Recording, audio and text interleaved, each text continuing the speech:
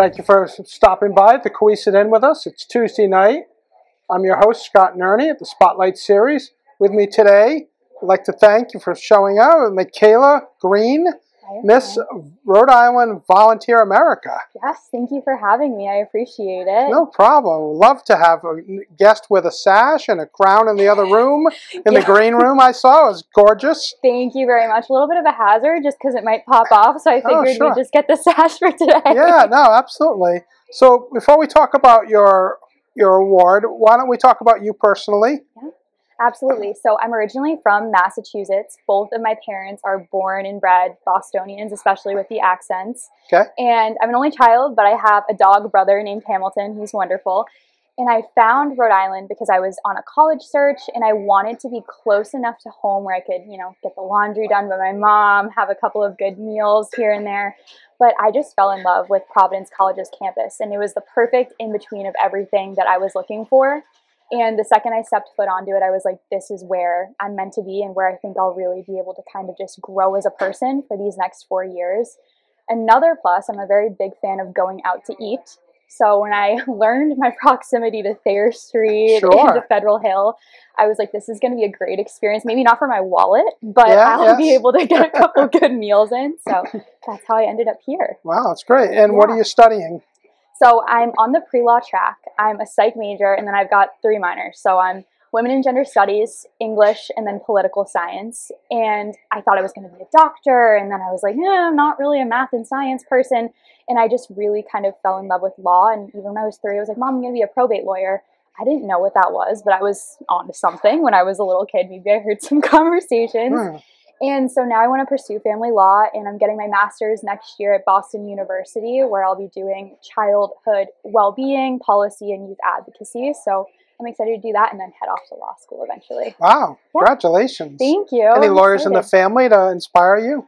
No attorneys, but we had some family friends growing up where the mom, she was just the coolest person ever. She was making brownies and she'd be like in court the next day, really just going at people. So I think I kind of just looked up to her. She was wonderful, and here I am now, which is cool. Great. You find yourself watching Law and Order or those types of shows and just try, oh no, you didn't ask this, you should ask that. Yes, and I really like divorce court, so sometimes it's really fun watching those, but I loved How to Get Away with Murder too. I thought that was a wonderful show, even though it's a little scary of a title, but it was pretty cool.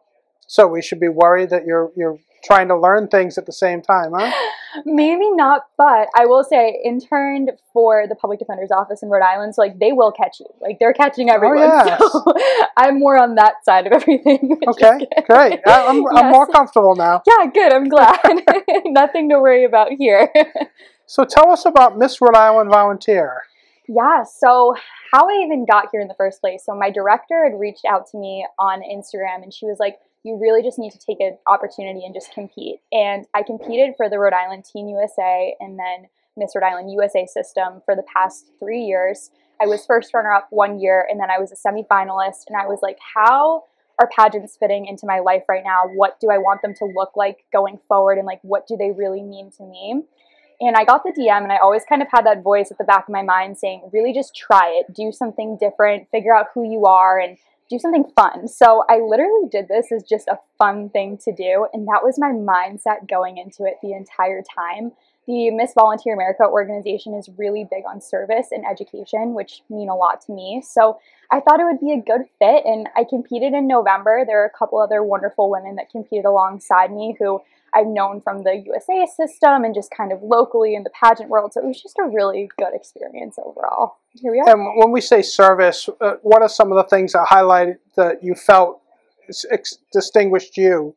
Yeah, I think I like to call myself a change maker. So when I say I'm going to do something, I really do everything in my power to get it done. And I have my own platform which advocates for sexual assault awareness, it's a tough topic. It's something that I think makes people uncomfortable. It's hard to have a conversation like that at the Thanksgiving dinner table. Sure. So I really wanted to make it my mission for somebody who's a regular person. I'm not a celebrity that was advocating throughout the #MeToo movement. While that was great, there's still kind of this barrier where they're not a normal person. There's this freedom where they can say what they want, but they've already got that recognition. They don't have to really fear the scarlet letter kind of stereotype. So I really just wanted to be that regular old person you'll see on Starbucks who was willing to just talk about my story and how I was able to recover so that other college students, men, women, feel like they could speak up too. And where are your volunteer areas that you're really key on? Yeah. So I've gotten to do a couple of different things outside of sexual assault. I worked with the Izzy Foundation earlier this year with my We've had them on. I Love saw them. that. They are wonderful. We did angel baskets for them. So the entire PC figure skating team collected different goods, socks, gift cards, and we were able to send it over to them, which was really, really cool. I'm the vice president of an organization called PC Pals. So little children in the area come to the campus, get to give like little college tours to us, which is pretty cool. And we do different STEM art and music activities with them. So I've spent a lot of time there. I'm volunteering at the Sojourner House. So they advocate for domestic violence victims and sexual violence victims as well. And I did the Special Olympics basketball tournament, which was so much fun. I think maybe in another life, like an ESPN anchor could be my pathway. But that was like the best day, and I just had an incredible time. So I've gotten to do like a lot within the year so far. And I know you're linked to hashtag Did I Ask? Yes. So tell me about that. So I started hashtag Did I Ask in 2021 just as a social media initiative, and I wanted college kids to feel like they could speak up to administrators and report any incident of sexual assault, because it's hard to do. It takes a lot of courage. And when I was impacted, I was 15 years old. So I didn't feel like I could really tell anybody because I wasn't really sure if I wanted to legally pursue it, and I never did. So I stayed silent until I was 18 because I really wanted that recovery process to be my own. So I posted a video on my Instagram sharing what had happened to me, and it got thousands of views, which was so scary, but so cool at the same time. Sure. And I knew it started to kind of make a difference when students at my school started approaching me being like, hey, saw your video and I pointed a friend to your Instagram page as a resource, or hey, this is what happened to me.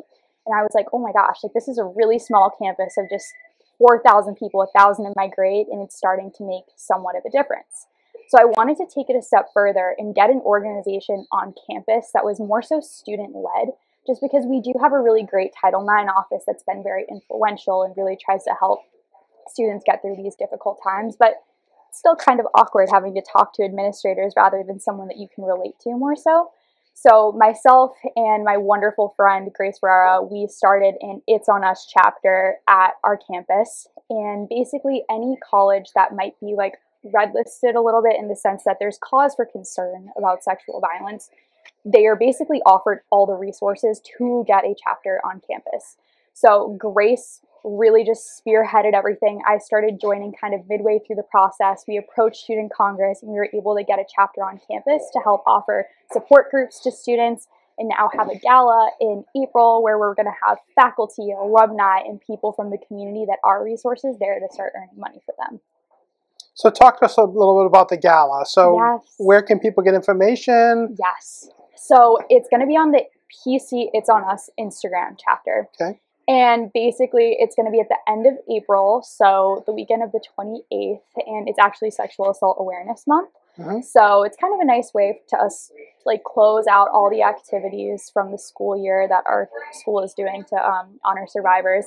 And all the money is going to the Sojourner House, which we are super excited about because they've been, that's great. Yes, they're wonderful. They've been helping facilitate these support groups.